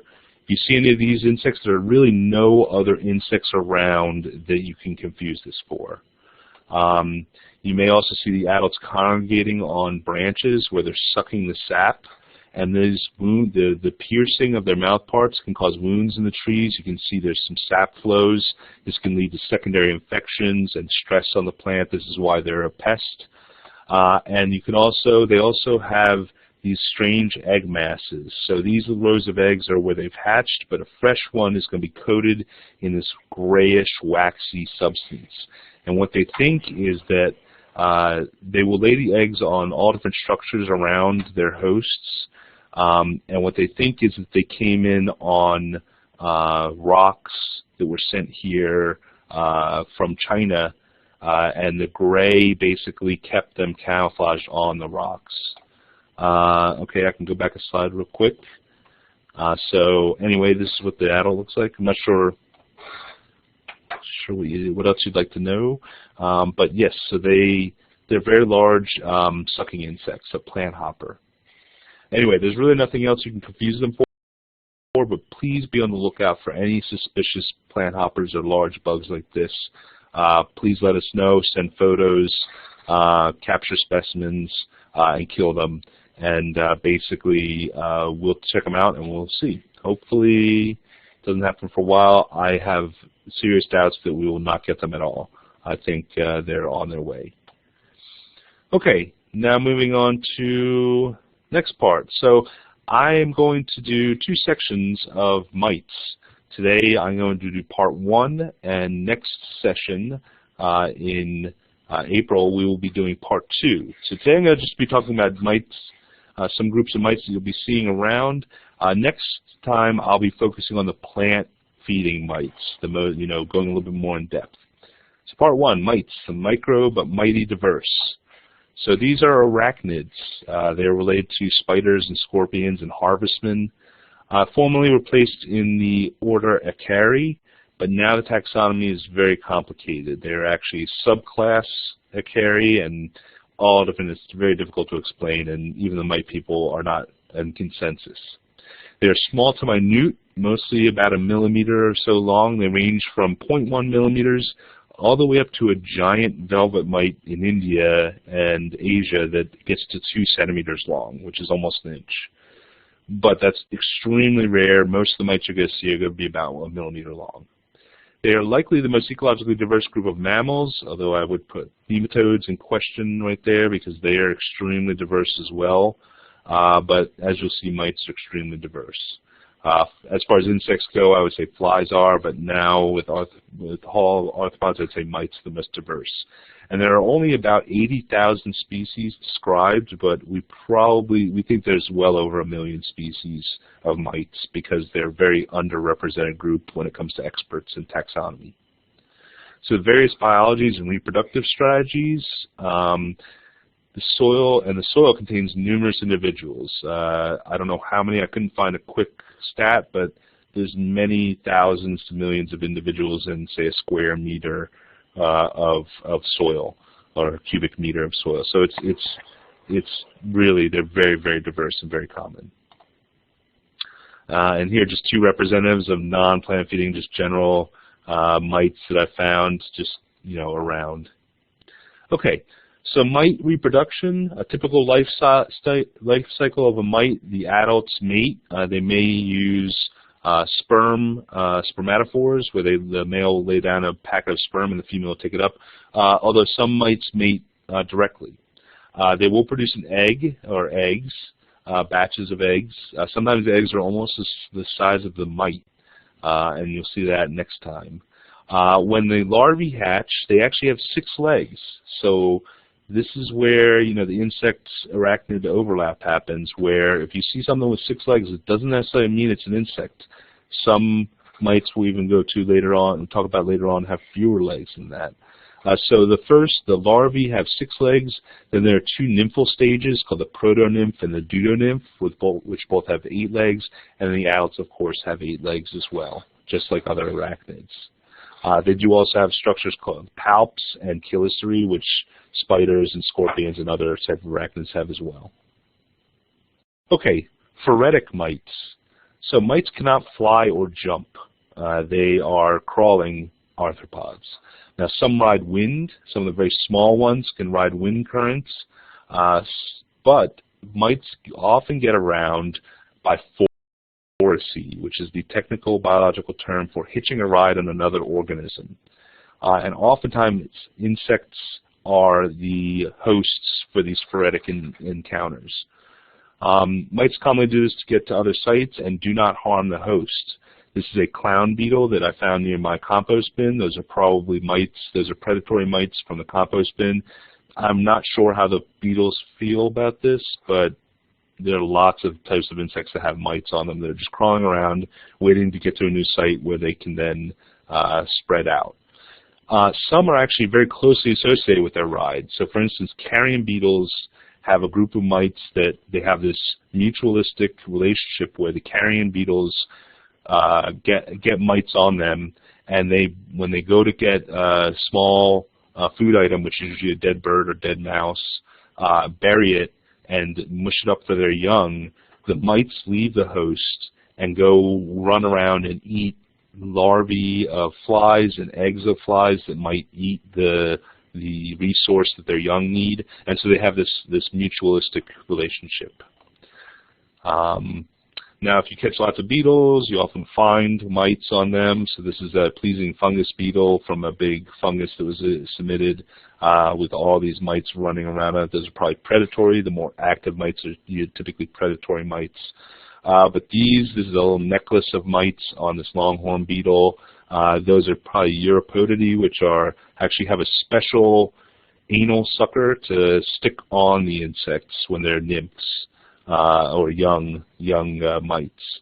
So there's lots of different mites, and in fact, if you see here, if you can see clearly, you all can find the mites here. See if you can see them. I'll reveal where all the mites are.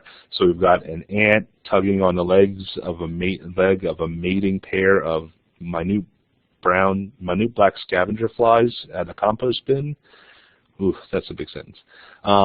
We've got millipede right here in the top right, and a queen termite here.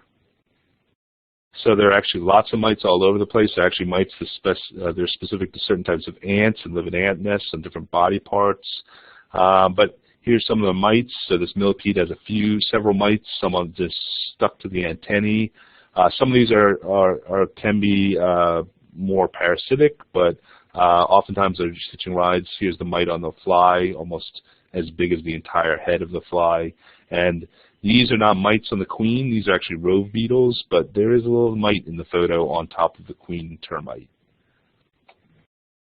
Okay, so that's hitching rides on other organisms, which actually happens commonly. It may even happen on, say, mammals and other invertebrates, but it's a very common thing on lots of insects and other arthropods.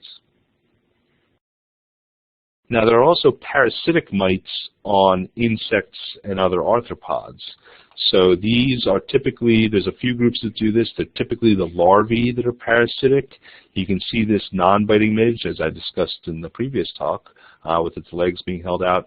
They emerge from the water, and they already have mites, parasitic mites. So if you see these little red, shiny structures on insects, they're kind of randomly placed or placed at where the intersections of little body segments are.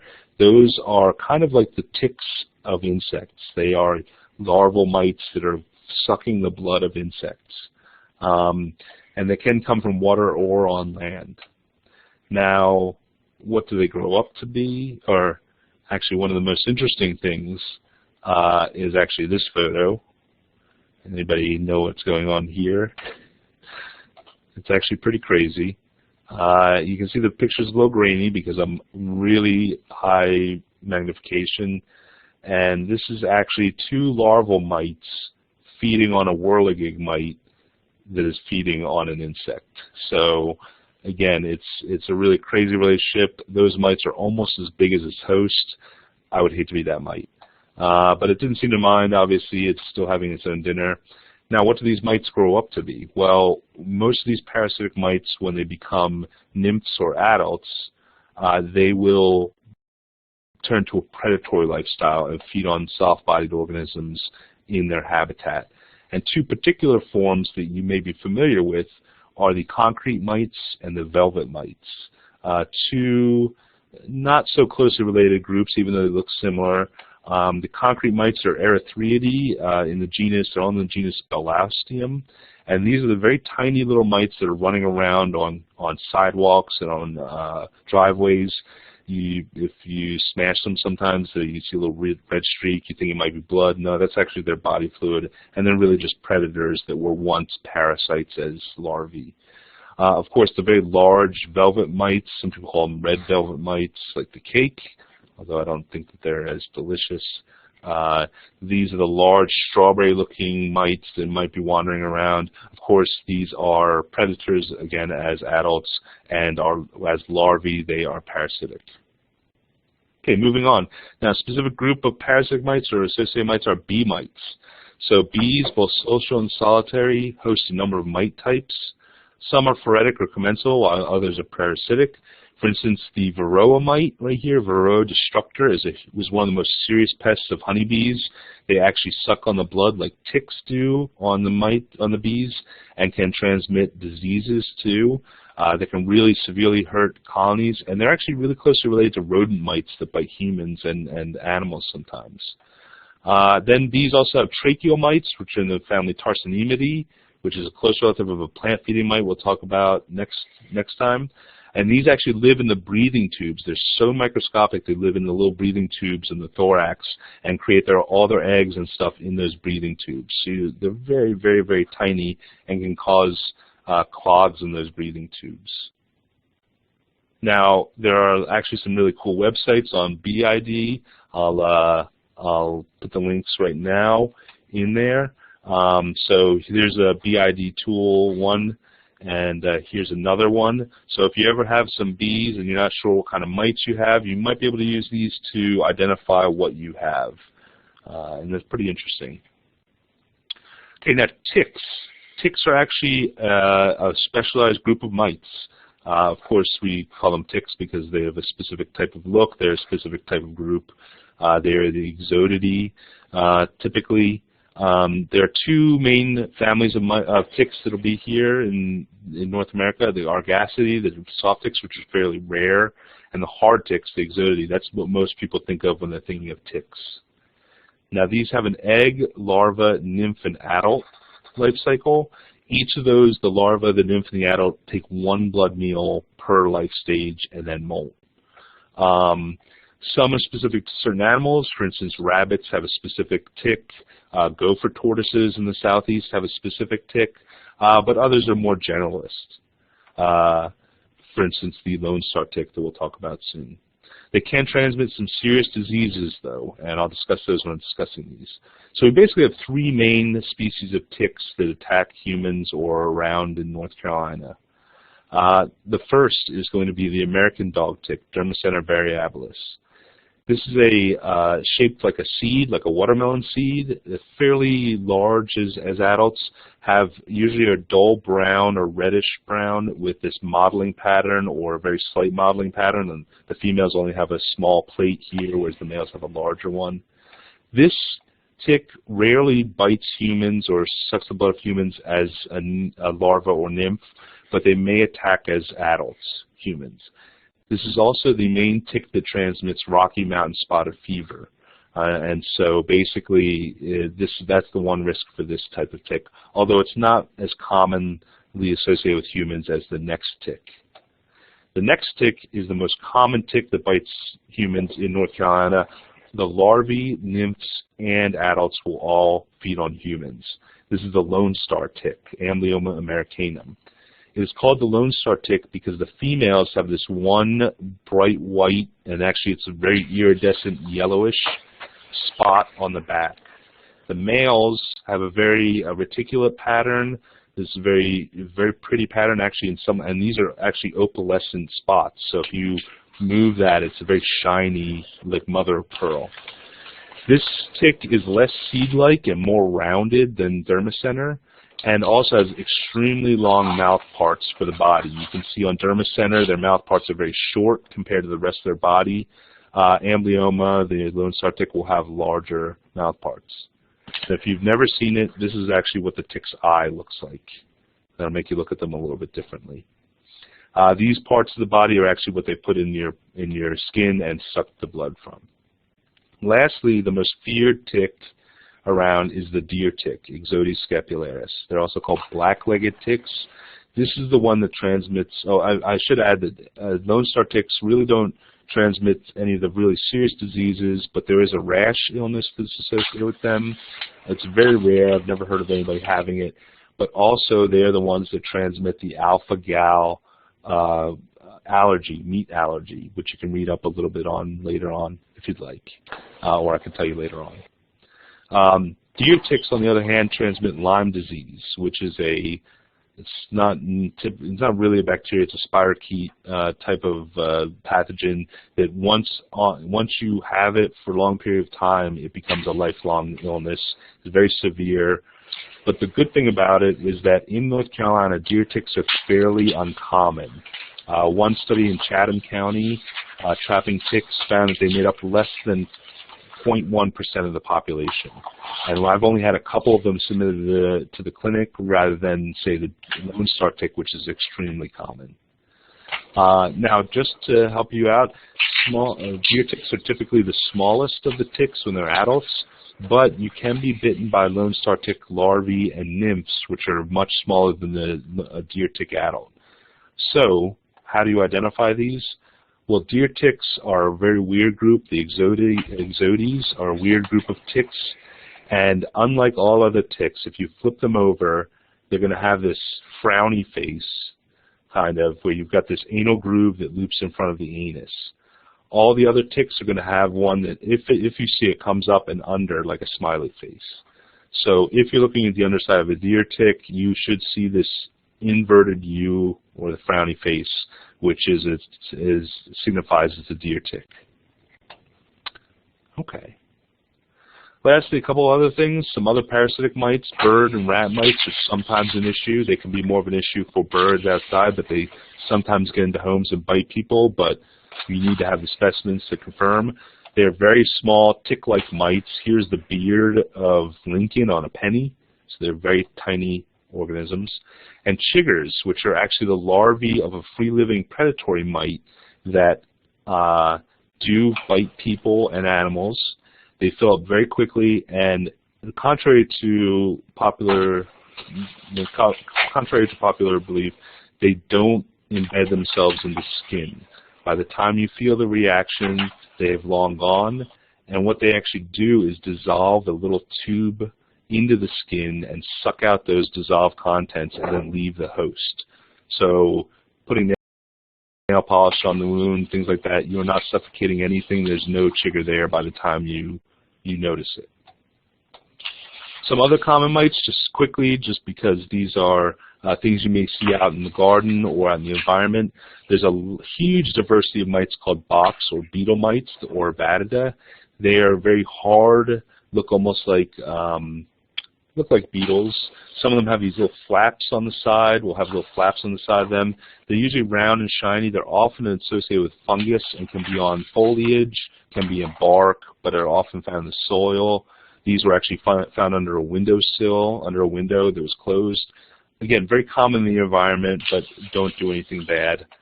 And then you may find these things called snout mites running around on bark or on the ground.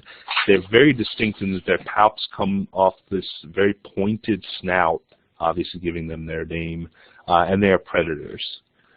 So that's basically the mites that you'll be seeing around the environment that are not affecting plants, that may be biting humans, or biting insects, or riding on insects. And just to wrap up in the mite section, part one, just some,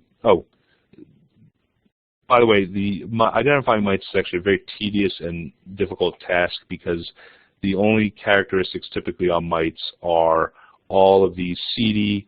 This is a map of the seedy on the body, the map of seedy on the legs, and looking at all these. So when I do get mites in the clinic, unless ticks are very easy to identify.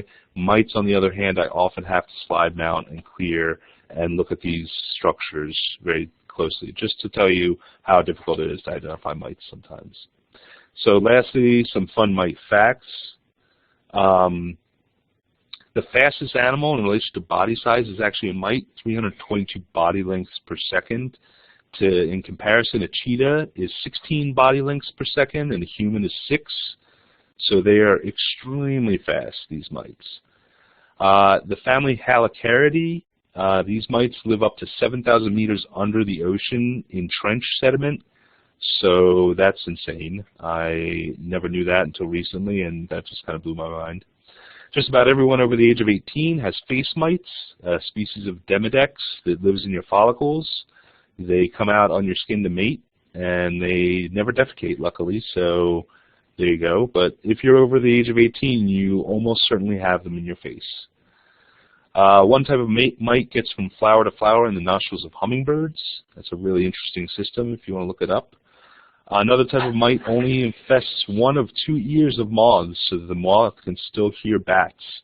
So the mites have evolved to know which ear to go into, and they don't clog both ears so that they don't get also eaten by bats. And here's a really beautiful peacock mite. That actually looks like a mealybug, but it's actually a true mite, and it has all these CD that I talked about are actually flattened and scale-like. So really cool-looking mites. And there's lots and lots more facts about mites. They're, like I said, very diverse, very, very interesting. Okay. That question on there is for you, Lucy, for afterward, I guess, or if you want to answer that now, and then I'll go into my bolo, and that'll be it. I'm sorry, I missed it when it came in. I'm backing up to find it, but if you got it right there to read. Just how do we get on the email list to receive notices of these webinars? Email Lucy. I will. We'll send that information out. Great. And lastly, just not to take up too much time, bolos, so be on the lookout. So insects waking up. I actually just took this photo in my backyard. It looked like it might have been a solitary bee nest, but it is actually a carpenter ant nest. So the queen is now starting to make her initial nest, and before she has a lot of workers. So I saw a lot of these mounds of soil being pushed up. So solitary bees, the social insects will be starting to wake up, especially paper wasps and the queens that have overwintered are going to now start looking for sites to nest. There are going to be lots of hatching bugs. I already talked about the assassin bugs and the leaf-footed bugs before. Again, people are already seeing lots of ladybugs and stink bugs. These are overwintering insects that are now waking up and getting ready to be active. We're going to see a lot of the inchworms, like the fall cankerworms, and some of those foliage-feeding caterpillars that are emerging from eggs. Boxwood leaf miners, and then within the next month, you're going to have to start looking at your boxwoods, looking for the swarm of these little orange gnats that are going to be piercing the leaves and laying eggs. And scale insects are going to start to becoming more active, start feeding again, and going to be mating in the next couple months. Okay, and with that, I'll take any questions, and if not, we'll see you next time. Yeah, I got a couple of quick announcements after Matt takes questions. Do concrete mites bite people? That's a great question. They don't typically, but they can. There are reports of them biting humans, and they do sometimes infest buildings, will come in from the outside. I'm going to talk about another mite that comes in to homes next time, so tune in, but that doesn't bite. Now, the predatory mites all have the potential to bite, but unless they're in high populations in a home, they're typically not an issue. And they may just probe. They're really kind of strains like that, but it's a fairly rare occurrence. Is there a calendar for scale crawler emergence for North Carolina? I don't have that on me right now. I don't have one per se, but I can, if you email me, I can try and forward it to Steve Frank and see if he has any information on that. If you're unsure of the emergence, what you can do is wait a little while, clip a little branch that has some scales on it, and put it in a bag.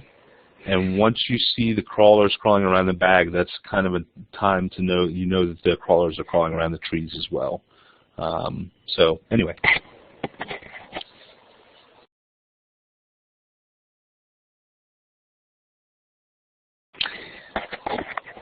All right, Lucy, I guess if there are no other questions, we'll turn it over to you. Okay. Many thanks to Mike and Matt for the outstanding information and how well it's organized and the extra time they take to set it up and quizzes and make it engaging and fun. Thank you guys. I have just 4 events coming up that I wanted to be sure you know about. There's a community gardening half-day symposium here in Raleigh at Marbles Museum that's on the 10th of March, and you can do a search and get more information, but they always have outstanding speakers. It's a wonderful time to network, and sometimes they have a tour that they do afterwards that's also really great. The Natural Learning Initiative here at NC State holds an annual Growing in Place symposium that is about designing for children, urban design for children, landscape design. Always excellent, great speakers, great workshops, great examples of what can be, and wonderful networking beyond who we might contact every day. So that's a really great thing as well. That one's March 16th. Cumberland County is hosting a symposium on March 24th, and they've got a great lineup of speakers as well. You can get information about this one if you go to NCSU Garden, the statewide page, to the calendar. That's loaded there. And also coming up is the NCEMGVA conference. So the state association is hosting a conference in Greenville. If you go to their website, you can get lots of information about how to register and what's going to be there. That's what I've got. Any questions?